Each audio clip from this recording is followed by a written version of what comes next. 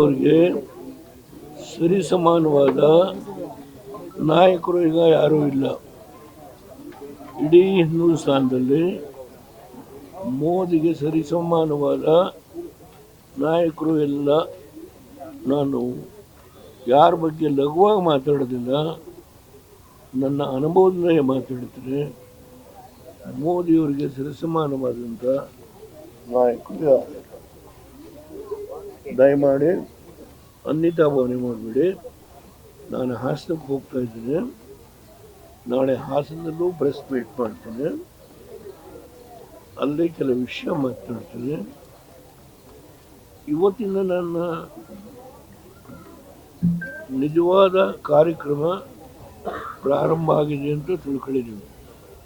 ಇಲ್ಲಿಂದ ಮುಂದಕ್ಕೆ ನಾನು ವಾರದಲ್ಲಿ 2 ದಿನ ಟ್ರೀಟ್ಮೆಂಟ್ಗೆ ಮೀಸಲಾಗಿಡ್ತೀನಿ, 5 ದಿನ ಕೆಲಸ ಮಾಡ್ತೀನಿ. ಆದ್ದರಿಂದ ನನ್ನ ವಯಸ್ಸು ಎಷ್ಟು ಅಂತ ನೀವು ಕೇಳಬಾರ್ದು. ಕೆಲಸ ಮಾಡೋದ್ರಲ್ಲಿ ಎಲ್ಲಿವರೆಗೂ ನನ್ನ ಶಕ್ತಿ ಇದೆಯೋ, ನಿಮ್ಮೆಲ್ಲರ ಆಶೀರ್ವಾದದಿಂದ, ನನ್ನ ರೈತರ ಆಶೀರ್ವಾದದಿಂದ, ಈ ನಾಡಿನ ಆಶೀರ್ವಾದ, ಜನತೆಯಿಂದ ಗಳಿಸಿರ್ತಕ್ಕಂಥ ಶಕ್ತಿ ಜನತೆಗೋಸ್ಕರವೇ ಉಪಯೋಗ ಮಾಡ್ತೀನಿ. ಕೊನೆಯವರೆಗೂ ಕೂತ್ಕೊಳ್ಳೋದಿಲ್ಲ. ವೈಯಕ್ತಿಕವಾಗಿ ಯಾವ ಈ ಮಾತನ್ನು ಹೇಳಿ ಮತ್ತೆ ನಿಮ್ಮನ್ನು ಭೇಟಿ ಮಾಡ್ತೀನಿ. ನಿಮಗೆ ಹಣ ಕೊಟ್ಟು ನಾನೇನೋ ಗಿಟ್ಟಿಸ್ಕೋಬೇಕು ಅಂತ ಇಲ್ಲ.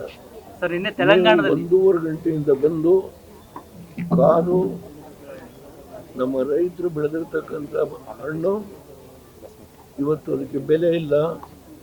ಸರಿಯಾದ ರೀತಿ ಇವತ್ತು ಸರ್ಕಾರ ಅದಕ್ಕೆ ಬೆಲೆ ಕೊಡ್ತಕ್ಕಂಥದ್ರಲ್ಲಿ ಹಿಂದೆ ಬೀಳಬಾರ್ದು. ಕೋಲ್ಡ್ ಸ್ಟೋರೇಜು ಮತ್ತೊಂದು ಇವೆಲ್ಲವನ್ನು ಹೆಚ್ಚು ಪ್ರಮಾಣದಲ್ಲಿ ಮಾಡಬೇಕು.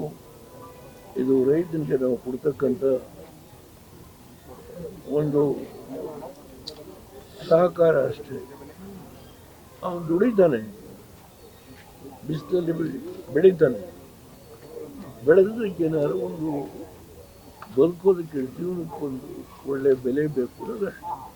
ಯಾವುದೇ ಪದಾರ್ಥ ತಗೊಳ್ಳಿ, ಅದ್ರ ಬಗ್ಗೆ ಹೋರಾಟ ಮಾಡೋದ್ರ ಬಗ್ಗೆ ಶಕ್ತಿ ಮೀರಿ ಪ್ರಯತ್ನ ಮಾಡ್ತೀನಿ.